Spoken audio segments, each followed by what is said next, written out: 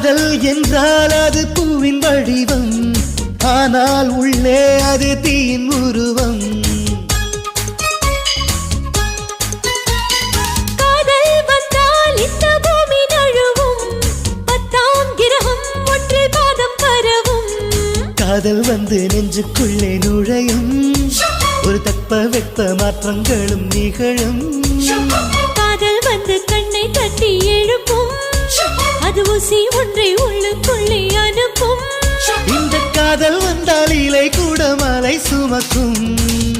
காதல் என்ற வார்த்தையிலே ஒன்றாய் சேர்ந்து நாம் தொலைவோம்.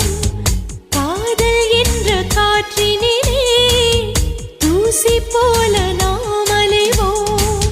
நெஞ்சம் ஒரு முறை நீ என்றது, கண்கள் மறுமுறை பார் என்றது. 2